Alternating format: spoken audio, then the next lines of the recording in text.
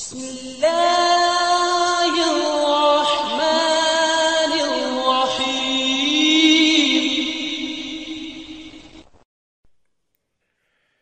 نحمده ونصلي على رسوله الكريم.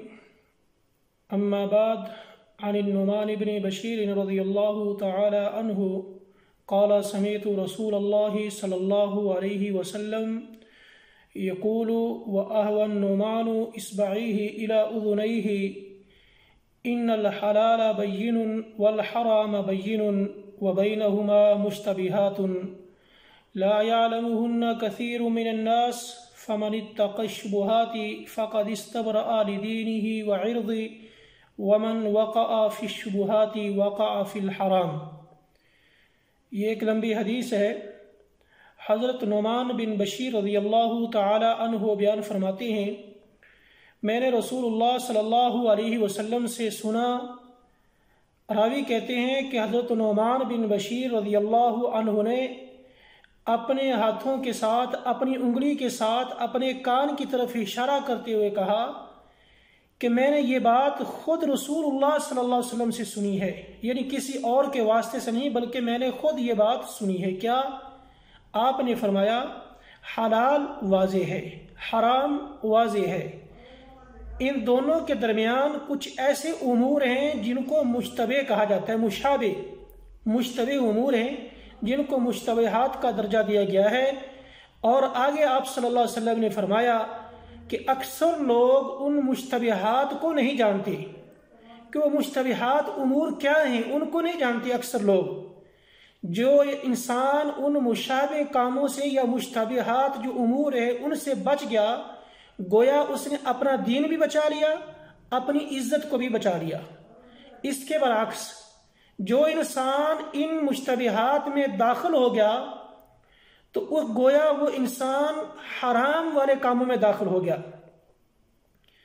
مثال نبی صلی اللہ علیہ وسلم نے اس طرح دی کہ جیسے ایک کوئی چرواہا، بکریوں کا ہو یا کسی بھی ریوڑ کا کوئی چرواہا اپنے جانور چراتا ہے اور وہ اپنے جانوروں کو ایک ایسی چراگاہ کے پاس لے جاتا ہے جو کسی کی ممنوع چراگاہ ہے، وہاں جانا جائز نہیں ہے.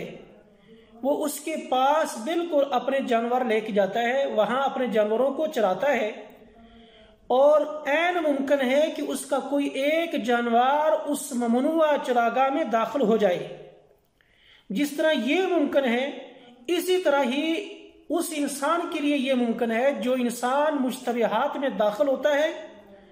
جب وہ مشتبہ چیزوں میں پڑ جاتا ہے تو عین ممکن ہے کہ وہ مشتبہ کا سہارا لے کے، اس کی ٹیک یا اس کا آسرا لے کے وہ حرام والے کاموں میں داخل ہو جائے.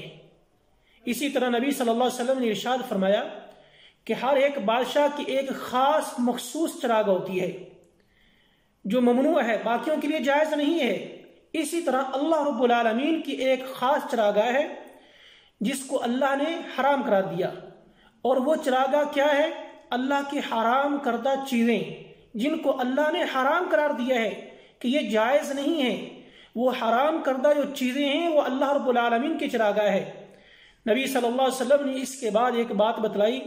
آپ نے فرمایا خبردار کہ انسان کے جسم کے اندر ایک گوشت کا ایسا ٹکڑا ہے یا لوتھڑا ہے، اگر وہ درست ہو جائے تو انسان کا سارا بدن درست ہو جاتا ہے. اگر وہ خراب ہو جائے تو انسان کا سارا بدن جو ہے وہ خراب ہو جاتا ہے. اس کی وضاحت فرماتے ہوئے آپ صلی اللہ علیہ وسلم نے فرمایا کہ وہ جسم کا ٹکڑا یا گوشت کا ٹکڑا وہ انسان کا دل ہے.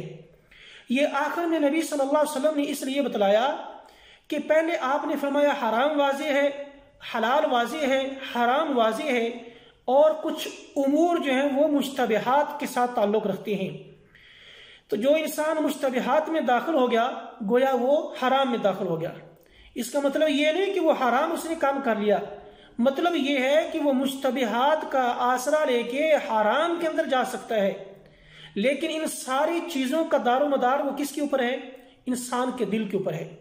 اگر انسان کا دل جو ہے وہ مشتبہات چیزوں سے انسان کو خود باز رکھے تو انسان کبھی بھی حرام کاموں میں داخل نہیں ہو سکتا. اگر انسان کا دل انسان کو مشتبہات میں لے جائے، اس میں انسان کو داخل کر دے، تو پھر انسان کے لیے ہلاکت اور بربادی ہے، یعنی انسان حرام کاموں میں داخل ہو جائے گا اور اس کا نتیجہ یہی ہے کہ انسان تباہ و برباد ہو جائے گا۔